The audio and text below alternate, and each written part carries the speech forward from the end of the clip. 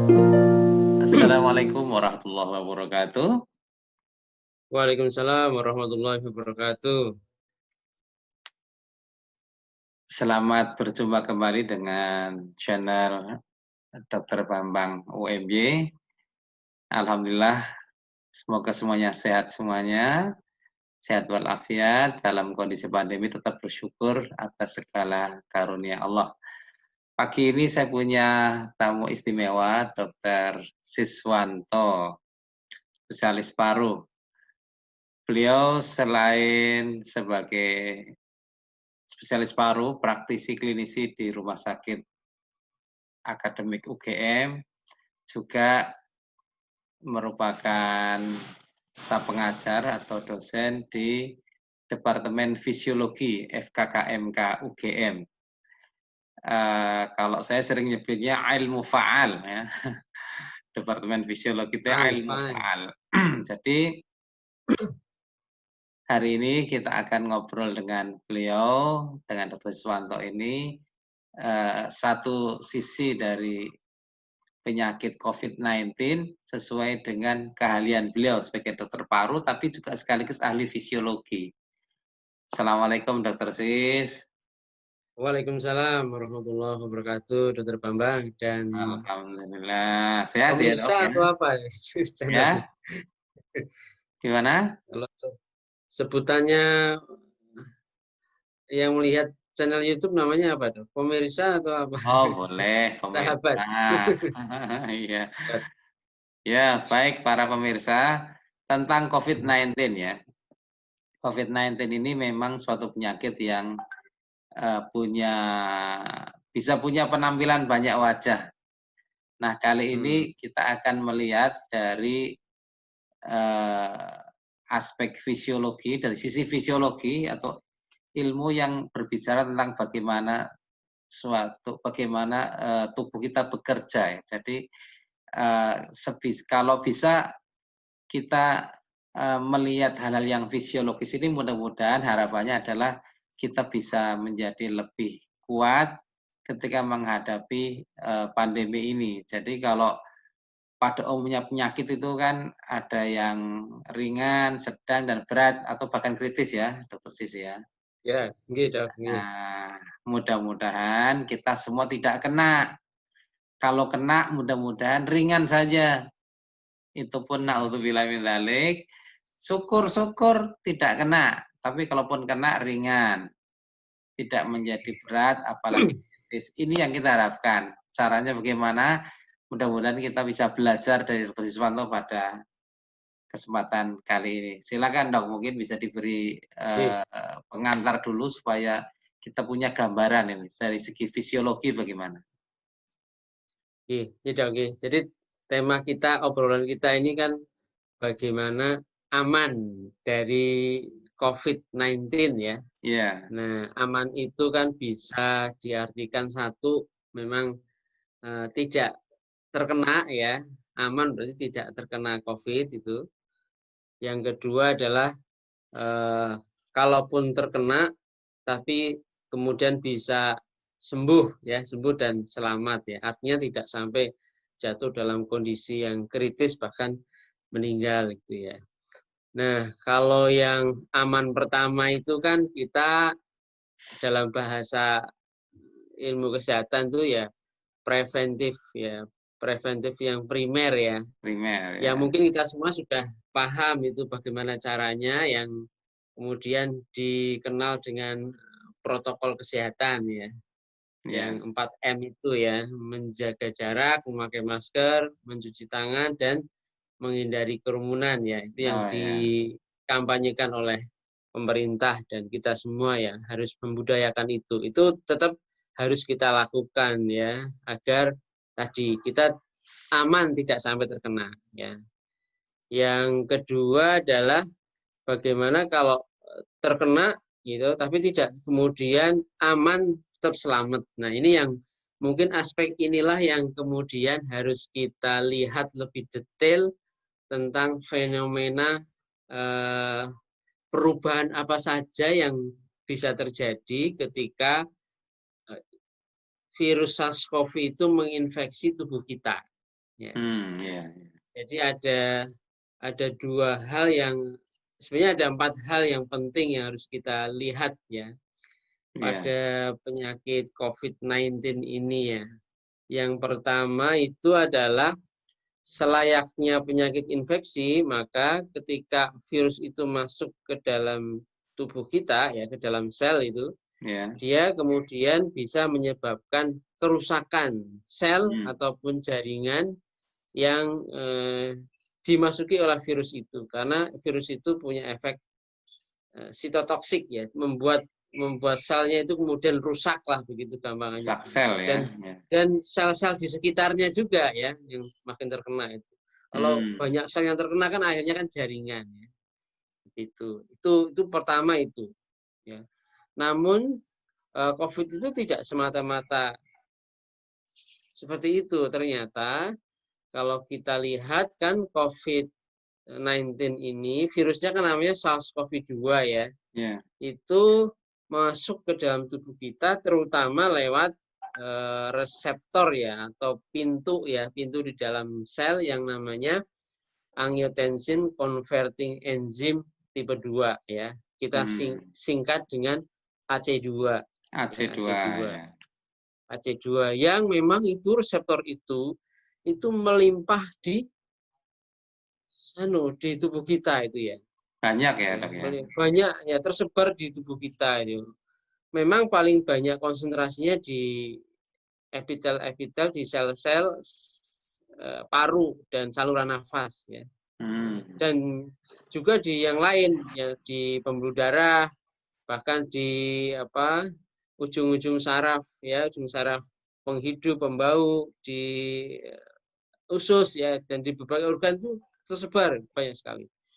Yang paling banyak memang di saluran nafas dan paru ya. Maka tidak heran kemudian gejalanya itu lebih banyak, utamanya adalah gejala yang terkait dengan organ paru dan pernafasan. Nah, ketika virus itu masuk ke dalam tubuh kita itu lewat reseptor AC2, nah inilah ternyata itu di dalam tubuh kita itu ada sistem ya, renin angiotensin aldosteron system ya. Ya disebut dengan RAS gitu, RAAS gitu ya. RAAS itu ya itu ilmu, kalau dari sisi ilmu faal itu dari fisiologi itu memang ini terkait dengan berbagai macam organ itu ya. Organ, dan ada dua aksis itu ya, keseimbangan lah gitu antara AC2 dan AC1 di dalam tubuh kita. Nah, AC2 dan AC1 ya. Nah, nanti kalau kita lihat lebih detailnya itu nanti ya ada alur-alurnya lah gitu ya. AC1 bagaimana alurnya, AC2 bagaimana alurnya. Namun secara ringkas, kalau kemudian AC1-nya yang dominan, maka itu efek-efek buruk yang terjadi ya. Tapi kalau AC2 yang dominan itu efek baiknya ya. Tapi itu ya. AC1 yang dominan itu efek buruknya apa saja? Misalnya satu itu bisa terjadi proses peradangan yang luas ya, proinflamasi ya. Kedua, proses kematian sel yang berlebihan, apoptosis yang berlebihan. Ketiga, vasokonstriksi ya, pembuluh darahnya jadi cenderungnya menyempit. Keempat itu ini oksidannya itu yang berlebihan. Nah, itu satu itu. Nah, jadi ada efek buruknya itu banyak dan itu terkait dengan kemudian resiko terjadi komplikasi atau perberatan dari penyakit COVID ini. Sedangkan AC2 itu dia antinya gitu ya, antinya ya. Nah, mengapa kok ketika terjadi infeksi COVID ini terjadi ketidakseimbangan? Karena ketika virus SARS-CoV-2 masuk lewat AC2 itu, maka AC2 itu jadi lebih sedikit kan otomatis ya. Perannya jadi lebih berkurang sehingga dominansinya di AC1. Nah, itu loh. Kalau AC1-nya ini tidak dikontrol ya, itu bisa berbahaya. Ya. Makanya kemudian kondisi-kondisi penyakit komorbid ya yang memang itu kalau orang tersebut ya terkena COVID-19 itu bisa berakibat berat dan kritis. Yang karena apa? Karena di dalam penyakit komorbid ini itu memang sudah terjadi gangguan ketidakseimbangan tadi itu. Apa saja? Yang pertama itu diabetes mellitus, ya, hipertensi, ya, obesitas, ya, itu yang terutama itu. Ya. Sehingga harus dikontrol juga ini penyakit-penyakit ini, ya, itu ya penyakit ini. Dan juga dokter itu di dalam tubuh kita juga ada kebanyakan ini ya yang baik laporan penelitian maupun pengalaman kami di rumah sakit itu selama merawat pasien COVID itu memang ada kecenderungan yang cukup konsisten di mana kadar vitamin D di dalam tubuh orang-orang yang terkena penyakit COVID itu ternyata rendah. Jadi terjadi defisiensi vitamin D. Dan Vitamin D defisiensi ya. vitamin D ya. D delta ya. Dadu ya, delta. Delta ya, oke ya. Vitamin Ya, D itu ya. ketika vitamin D-nya turun itu juga ternyata ada hubungannya dengan AC1 AC2 itu dominansinya ke arah AC1 yang berat. Nah, itu ya. Di samping juga vitamin D kan juga dia imunomodulator ya. Dia punya efek untuk menjaga apa ya, limfosit T ya. T reguler itu ya. Nah, itu. Yeah. Ketika itu terganggu ya maka bisa berat ya. Demikian juga ada laporan penelitian itu oksidannya itu ya oksidan endogen ya, itu juga apa antioksidan endogen ya glutathione lah itu rendah juga itu.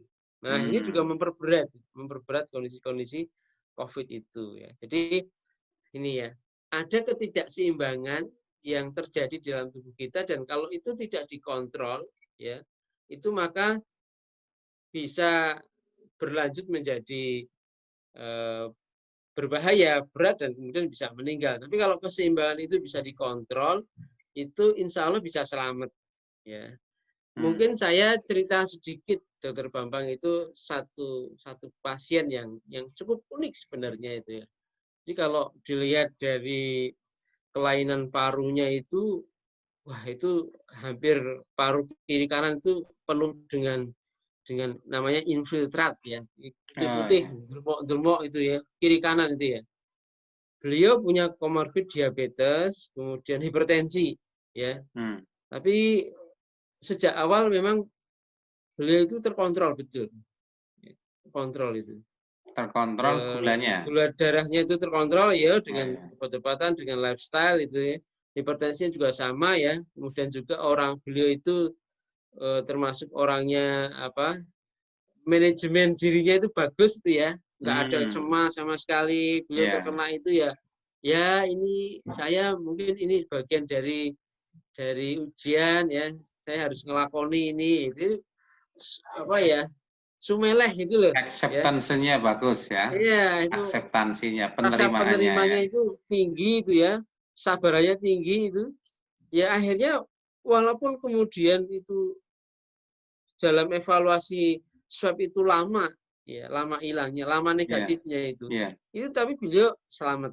Ya. Akhirnya setelah 1 bulan apa ya, itu gambaran ronsen yang kemudian tadi parah kiri kanan itu bisa bersih betul. Ya. Jadi sudah sembuh ya dok ya? Sudah sembuh itu. Sudah sembuh dari swab, sudah sembuh itu. Alhamdulillah. Itu contoh yang walaupun dia punya penyakit, tapi ketika itu penyakit komorbid ya, itu bisa dikontrol, itu bisa sembuh. Nah, iya. Itu fenomena kedua terjadi ketidakseimbangan. Nah, jadi tadi yang sembuh ini menarik ini kuncinya satu gulanya terkontrol, tensi terkontrol, lalu dia manajemen stresnya bagus ya. Manajemen stresnya, jadi dia sabar dan tetap bersyukur dalam kondisi sakit gitu ya. Jadi walaupun dia punya sakit diabetes sama tensi, tapi bisa selamat sembuh karena menjaga keseimbangan tadi dengan cara mengontrol tekanan darah, gula, dan juga perasaan hatinya gitu ya, Dokter Siswanto ya. Betul dok, ya itu. Dok, sebentar saya konfirmasi dok supaya pemirsa juga jelas. Jadi tadi faktor-faktor yang dapat mengganggu keseimbangan AC1 dan AC2 itu tadi apa saja ya? Penyakit-penyakit komorbid itu ya? Ya satu penyakit komorbid dok, satu adalah yaitu hipertensi, ya, Ya, diabetes, ya. obesitas, ya, Tambah obesitas, obesitas. kegemukan ya.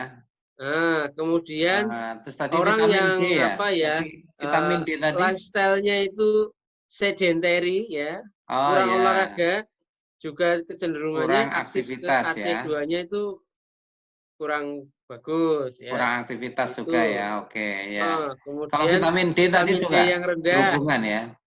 Vitamin D yang rendah tadi ya. Ya, itu berhubungan tuh ya. Nah, Kemudian vitamin D yang oksigen. rendah ini caranya gimana mengetahuinya, Dok? Memang itu perlu di tes dok, diambil darahnya, kemudian diperiksa kadar vitamin D-nya itu. Ada pemeriksaannya. Ada misalnya ya, Ya, di RSA UGM ya, bisa ya. ya. Oh bisa ya, bisa. Bisa ya. Dan kami memang kalau penyakit-penyakit yang dirawat dengan suspek COVID maupun COVID yang sudah terkonfirmasi itu dicek rutin vitamin D-nya. Oh ya, Dan ya, ya. akhirnya memang diberikan suplementasi vitamin D. Gitu. Baik, Nah, kalau orang yang ragu-ragu, vitamin D saya cukup enggak ya, itu bisa periksa juga ke RSA UGM, Dok. bisa dokter, itu bisa. Bisa ya. Iya. Baik, Jadi terima kasih. mungkin Kita sebagai lanjutkan, gambaran, silakan. katakanlah ya, kalau kita itu aktivitas hariannya itu lebih banyak di ruangan tertutup, ya, nah itu berisiko vitamin D-nya itu rendah. Plus Oh ruangan iya. tertutup jarang olahraga. Nah, itu dia. Jadi silakan bisa cek vitamin D darah, kadar vitamin D serumnya di RSA UGM antara lain ya. Baik, kita lanjutkan dok, silakan dok. Yang tadi yang 4 hal tadi baru sampai berapa? 2 atau Nah, berapa tadi? yang ketiga dok itu salah satu faktor yang menyebabkan perburukan penyakit COVID-19 ini adalah karena memang ada gangguan di pembuluh darahnya. Oh iya. Ya, endoteliopati sama koagulopati lah. Jadi ada kecenderungan kemudian akan terjadi vaskuler trombosis ya, atau trombus itu kan penyempitan ya, penjendalan ya, Iya. mandek itu ya, apa namanya, obstruksi ya, penyumbatan pembuluh darah yang Penyumbatan ya.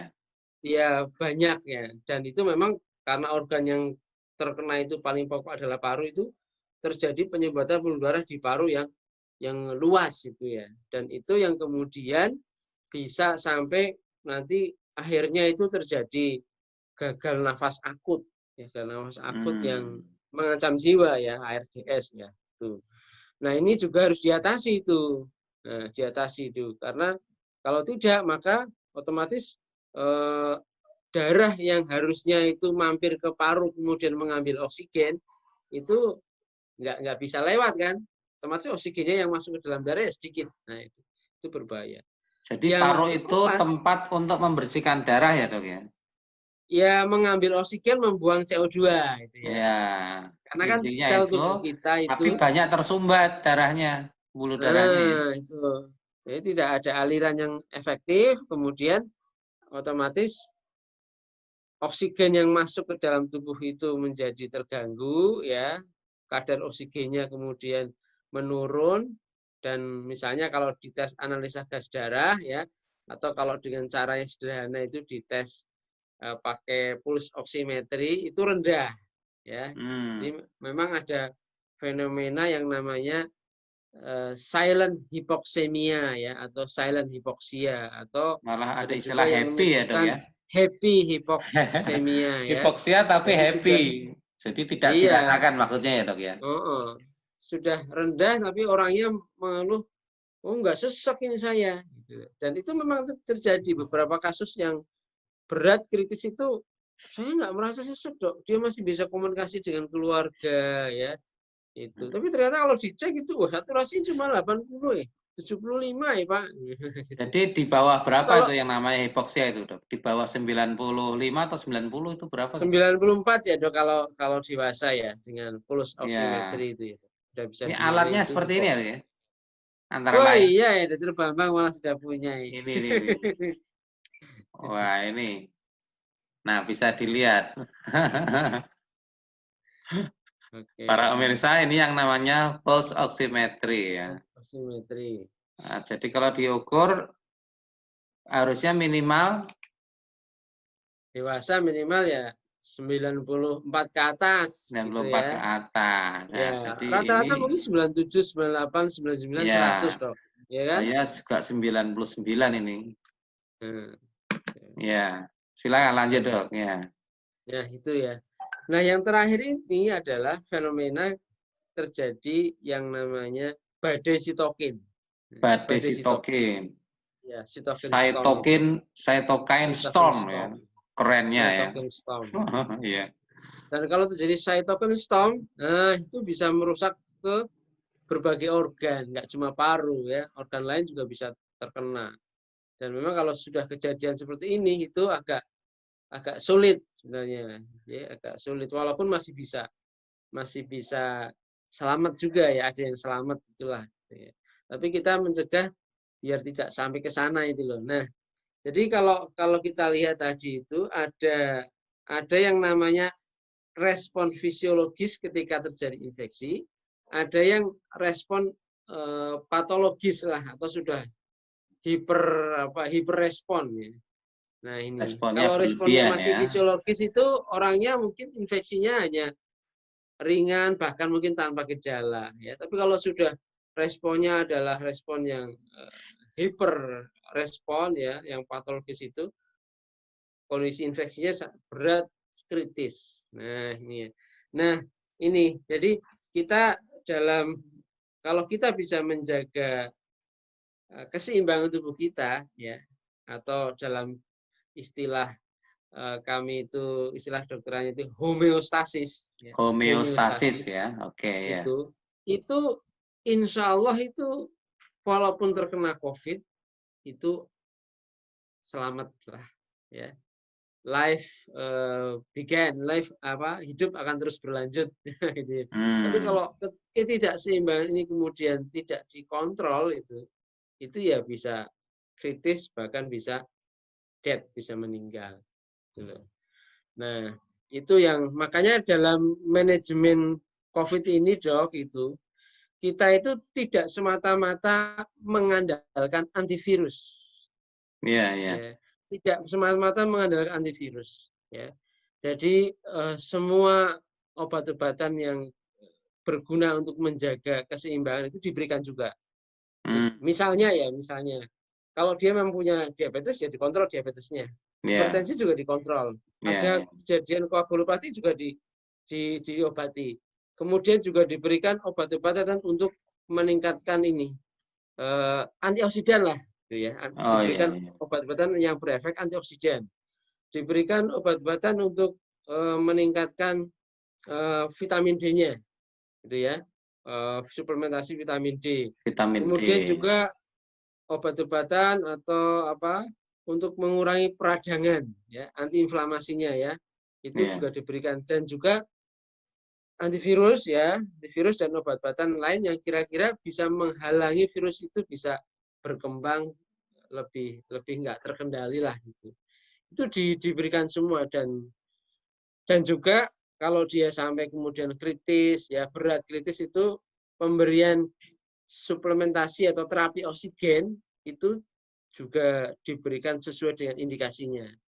Ya, jadi sekarang itu kalau di RSA UGM itu sudah ada alat yang namanya high flow nasal cannula. Oh ya. High flow nasal cannula ya. High flow nasal cannula ya. Nah, itu alhamdulillah ternyata bagus itu. Orangnya kritis tapi kemudian tidak dilakukan intubasi ya, tidak dipasang non invasif ya, Dok ya. Non invasif betul Dok. Non invasif. Beberapa yang kritis ini kita sudah punya tiga kasus ya. Yang kritis itu ya kalau dilihat memang sudah indikasi intubasi dipakai itu alhamdulillah selamat sembuh ya. Alhamdulillah.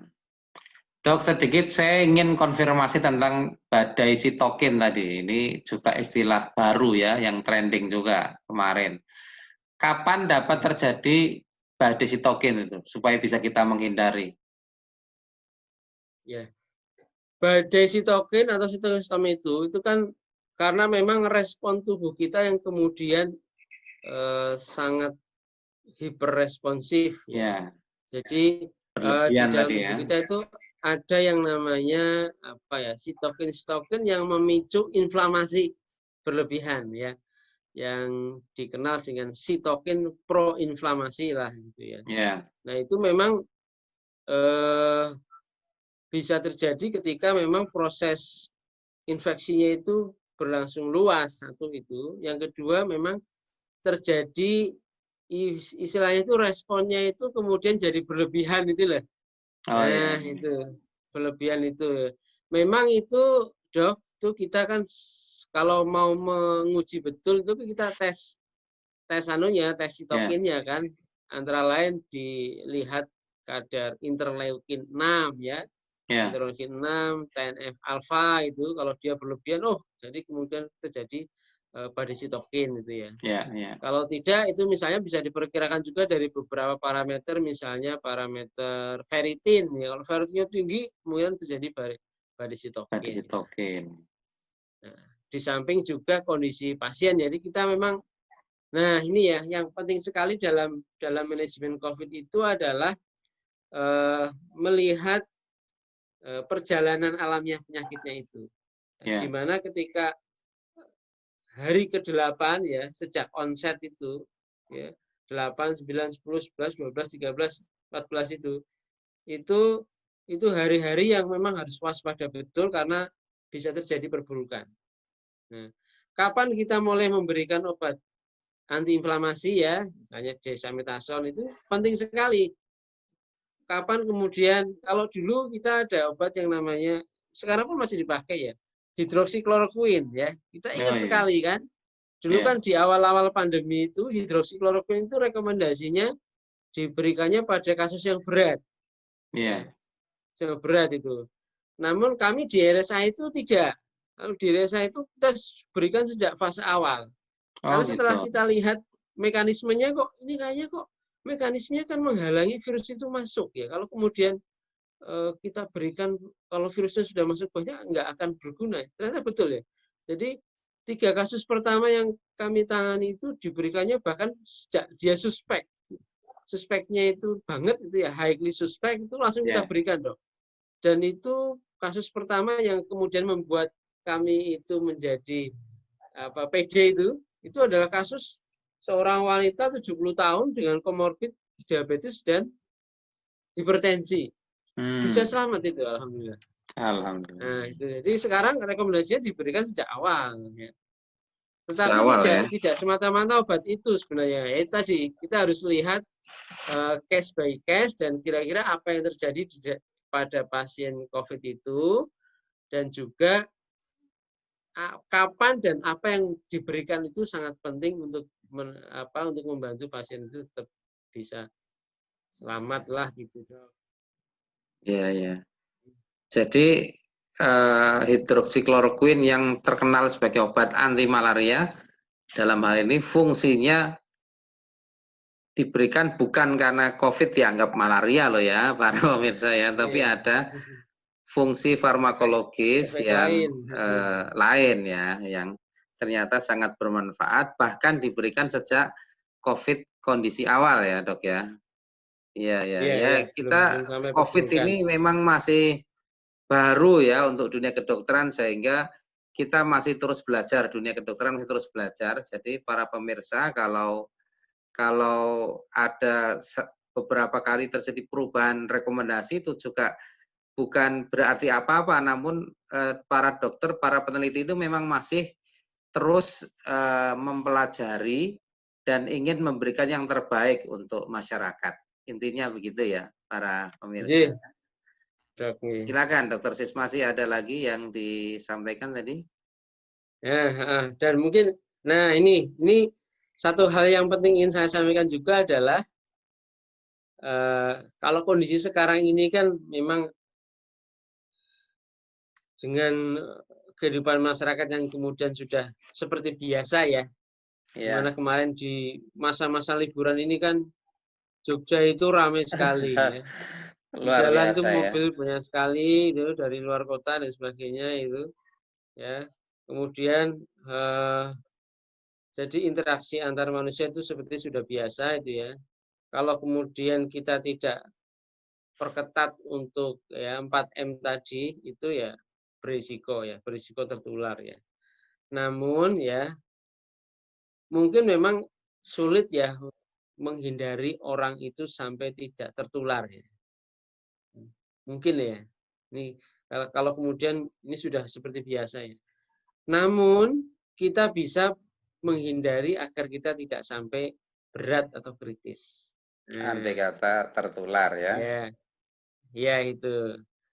Dengan cara apa? Yaitu dengan cara kita melakukan ya aktivitas atau asupan yang bisa tetap menjaga homeostatis dalam tubuh kita. Nah, ini mungkin ini kampanye yang ingin ingin kami Ya, apa ya masyarakatkan ya. Sederhananya misalnya tipsnya ya selain 4M tadi ya. Eh, Olahraga itu kan selain bisa meningkatkan imunitas ya, dia menjaga aksis AC2-nya tetap bagus ya. Jadi walaupun katakanlah oke lah virus itu bisa masuk lewat AC2, tapi kalau kemudian AC2-nya tetap bagus ya, banyak, maka keseimbangan itu akan terjaga. Gitu loh, ya. hmm. Yang ketiga ini asupan untuk olahraga kalau kita di luar itu kan vitamin D dari matahari ya, dari sinar matahari kan kita dapat ya.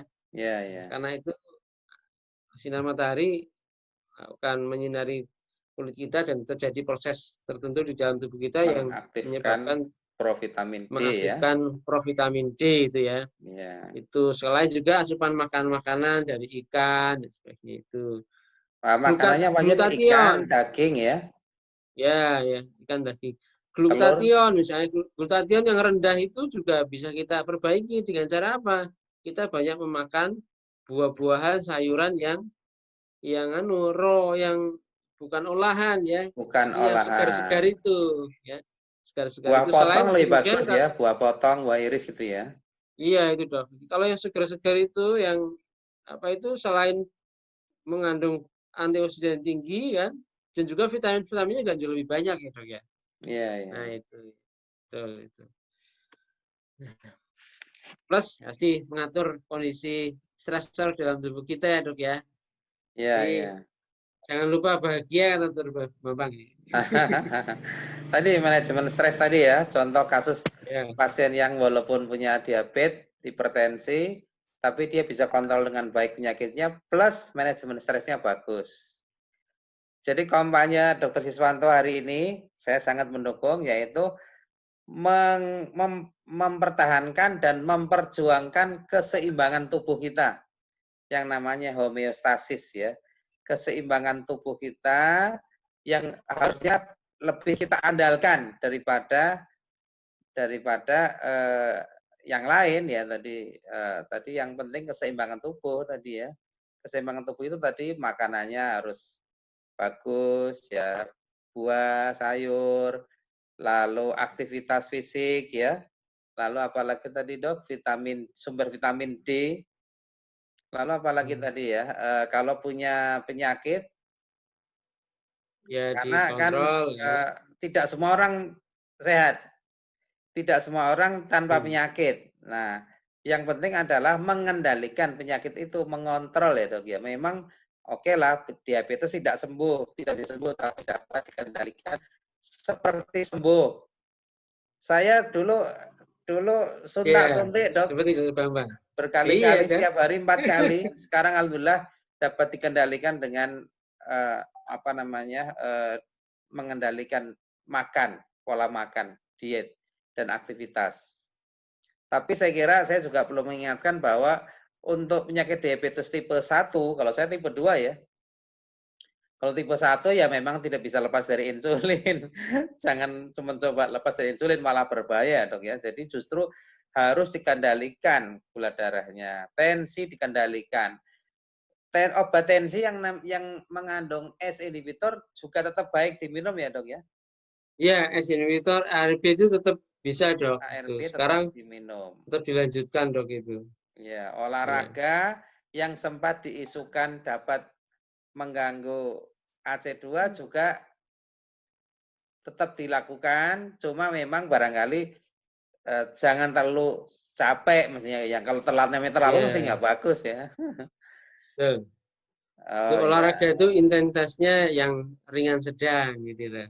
ringan sedang. Ya, Yang anjurannya seminggu kira-kira 3 sampai 5 kali 5 katanya ya dok kali. ya. Ya, 30 menitan sehari itu sudah bagus ya. Baik, oke. enak sekali kajian kita, menarik para pemirsa. Jadi bagaimana kita bisa mencoba lebih mengandalkan ketahanan tubuh kita. Bagaimana kita lebih bisa tahan? Caranya jaga keseimbangan dalam tubuh kita. Jadi darah kita menjadi sehat, paru kita sehat, mental kita sehat, semuanya dengan melakukan hal-hal yang sudah disampaikan tadi. Selain itu tujuannya supaya kalaupun sakit itu tidak menjadi berat. Tapi jangan lupa ada upaya 4M atau 3M plus tadi yang juga harus kita lakukan untuk mencegah sejauh mungkin agar tidak terkena penularan. Memang tidak mungkin tidak keluar sama sekali, apalagi kita ya dok, tenaga medis harus keluar. Ya, para dokter muda, halo dokter muda, koas-koas ini harus keluar, harus belajar. Tapi tolong Ya, perhatikan lagi kampanye dokter sis tadi, menjaga homeostasis dengan sebaik-baiknya. Juga untuk semua pemirsa masyarakat secara umum, silakan kita praktekkan rekomendasi Dr. Siswanto tadi supaya kita lebih siap menghadapi pandemi.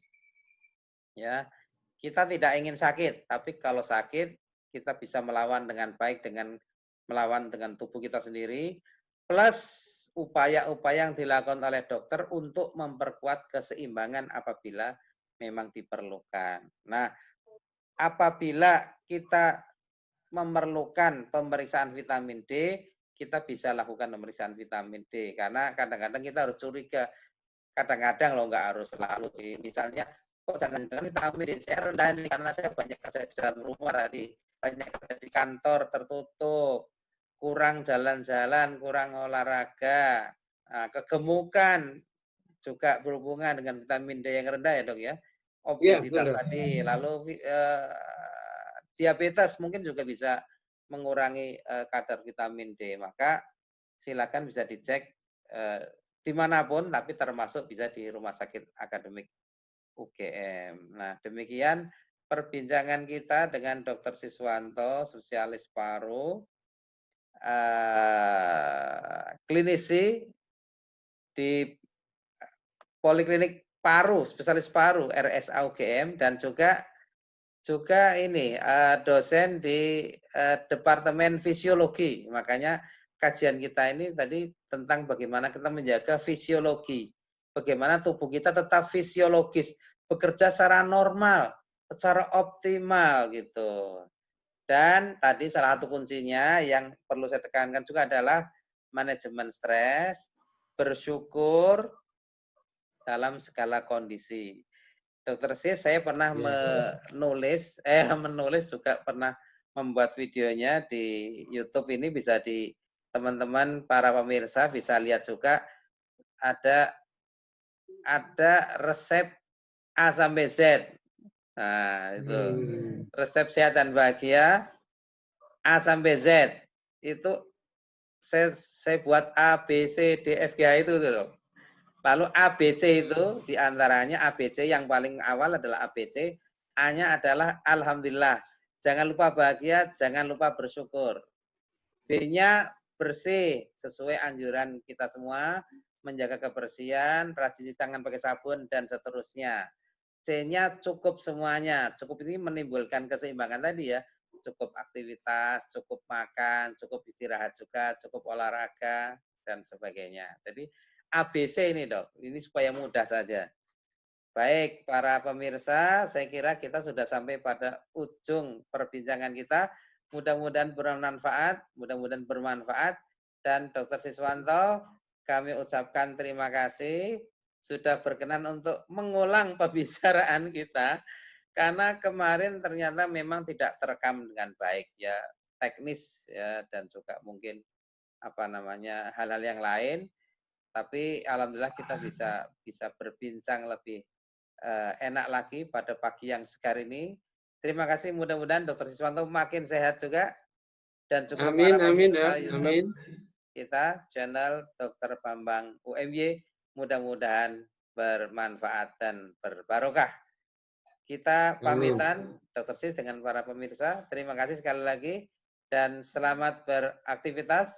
Semoga kita semuanya dilindungi oleh Allah Subhanahu wa ta'ala. La haula wa la quwata illa billah. Bismillahi la yadhurru ma'asmi syai'un fil ardi wa la fis sama' wa huwas samiul alim.